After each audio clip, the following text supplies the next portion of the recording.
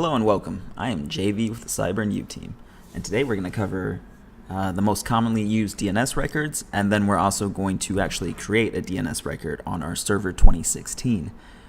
So let's go ahead and give an explanation for what an A host address is. So these are used for IPv4 addresses, and they're used to translate human-friendly domain names such as www.cyber.com into IP addresses such as 123.123.123.123, and the quadruple A record is the same as the A record, but it uses IPv6 addresses instead. And then the C name, which is the canonical name for an alias, is to map one domain name to another, referred to as the canonical name. For that one, records must always be pointed to another domain name, never to an IP address. So for instance, if you had like a web server and you want that to be a different name than what your primary server is actually called, you can attach what the web server name is to the primary server name. So then people can access it going through like webserver.cyber.com instead of just going directly to cyber.com to access that website specifically. And then for the maintenance records, these are used to specify the email servers responsible for a domain name.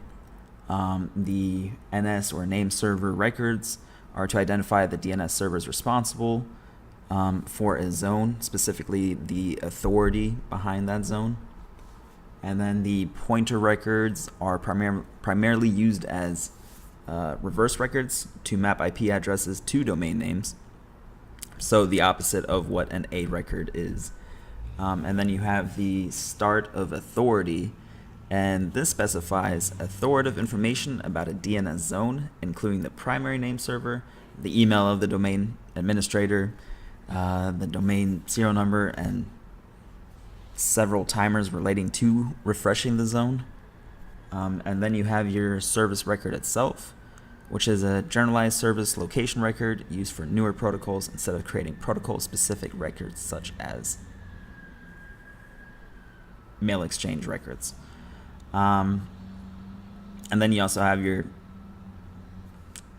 TXT or your descriptive text records, and they're just there to hold descriptive type of text. So if you just want to put in there, this domain is managed by so-and-so administrator and so-and-so company, you can put that in there. And then the DNS key, so this is specifically for DNSSEC, and DNSSEC authenticates that DNS records originate from an authorized sender or DNS server using private public key cryptography.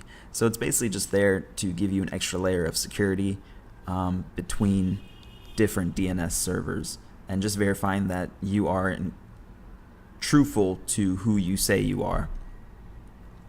And the DNS keys are just records that hold a public key that resolvers can use to verify your DNSSEC signature.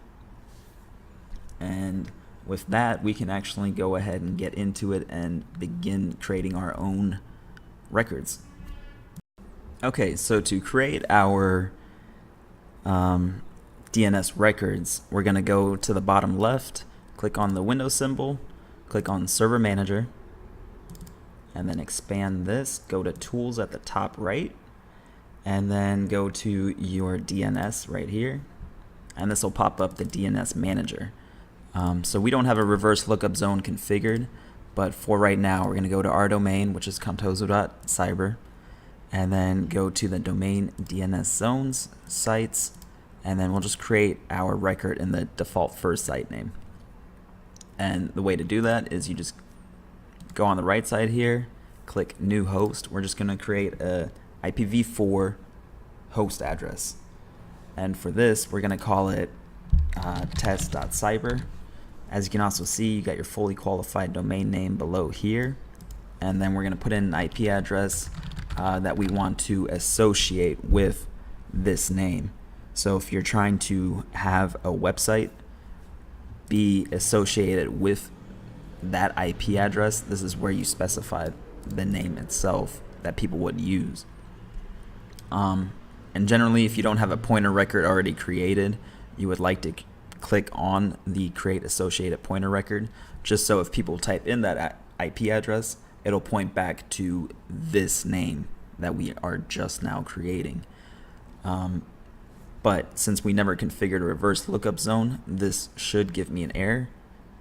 So let me go ahead and hit add host, and as you can see, that's giving me an error because we don't have a reverse lookup zone that stores the IPs to push back up to the host name itself. But that's how you create a host address. The other ones are pretty much identical to that. So just play around with it. It's fairly simple to actually create all this stuff. But if you enjoyed the video, please subscribe, and we look forward to seeing you again.